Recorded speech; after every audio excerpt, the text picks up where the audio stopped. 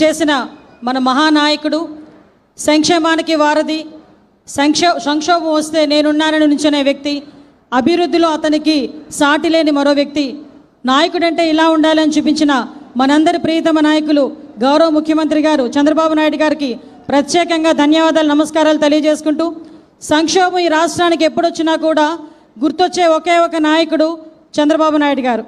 ఎన్ని సంక్షోభాలు ఆంధ్రప్రదేశ్లో ఉన్నా కూడా వాటి నుంచి బయటపడడానికి నేనున్నానని ముందుకొచ్చి ఆ సంక్షోభం నుంచి బయటపడమే కాక అభివృద్ధి వైపు ముందుకు తీసుకెళ్తున్న మహోన్నతమైన నాయకుడు మన నాయకుడు. మన చంద్రబాబు నాయుడు గారిని మన నాయకుడు అనే కన్నా ఈ ఆంధ్రప్రదేశ్ రాష్ట్రానికి నావికుడు అంటే కనుక ఇంకా బాగుంటుందని నేను అనుకుంటున్నా. దానికి మీరందరూ కూడా సహకరిస్తున్నందుకు ప్రత్యేకంగా ధన్యవాదాలు. ఈ కార్యక్రమానికి మన కలెక్టర్ గారికి, అదేవిధంగా వేదిక మీద ఉన్న మంత్రి గారు కొండపల్లి శ్రీనివాస్ గారికి, ఎంపీ గారికి, అందరికీ కూడా పేరు పేరున ధన్యవాదాలు తెలియజేసుకుంటూ, నేను ఈరోజు ఈ మైక్ తీసుకునేదానికి ఒకే ఒక కారణం ఉంది. ప్రతిసారి కూడా అందుకే నేను స్పెషల్గా పర్మిషన్ తీసుకొని ఈ మైక్ తీసుకున్నా. ఎందుకంటే ప్రతిసారి కూడా గౌరవ ముఖ్యమంత్రి గారు ఒక మాట అంటారు, పేదల సేవలో నా ఈ జీవితం పేదల సేవలో తరించాలని నేను కోరుకుంటున్నాను.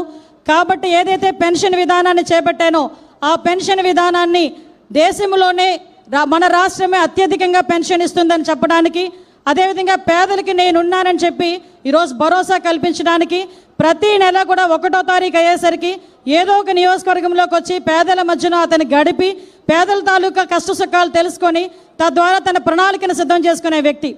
ఇదే వ్యక్తిని ఇదే రోజు కరెక్ట్గా 22 సంవత్సరాల క్రితం తిరుపతి అలిపిరి గేటు దగ్గర ఇదే వ్యక్తిని ఆ రోజు 22 క్లైమోర్ మైన్స్ పెట్టి పేల్చి చంపడానికని ప్రయత్నించిన దుండగులు ఒకవైపు అయితే, ఆ రోజు ఆ వెంకన్న స్వామి ఏ దృష్టితో ఈ మహానుభావుడిని బతికి మన దగ్గర పంపించారో తెలియదు, కానీ ఈరోజు మనందరికీ కూడా అర్థమవుతుంది ఆ విషయం. మొన్న ఈ సందర్భంగా నేను చెప్పాలి, ఎందుకంటే అసెంబ్లీలో మొన్న నేను చూసినప్పుడు ఒకటి నేర్చుకున్నా.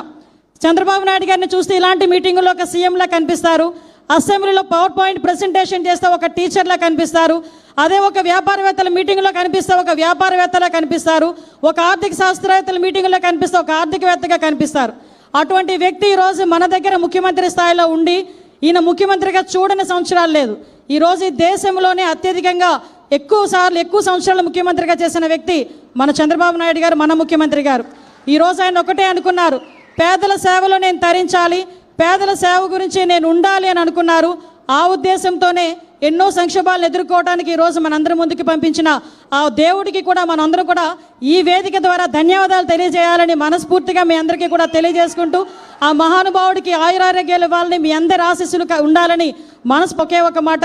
సార్, మీ అందరికీ తెలుసు విజయనగరం జిల్లా ఉత్తరాంధ్ర జిల్లాలంటేనే వెనుకబడిన జిల్లా అని అందరూ అనుకుంటారు.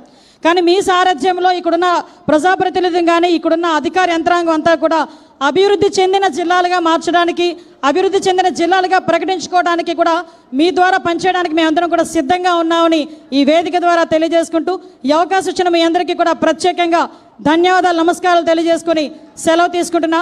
జై హింద్.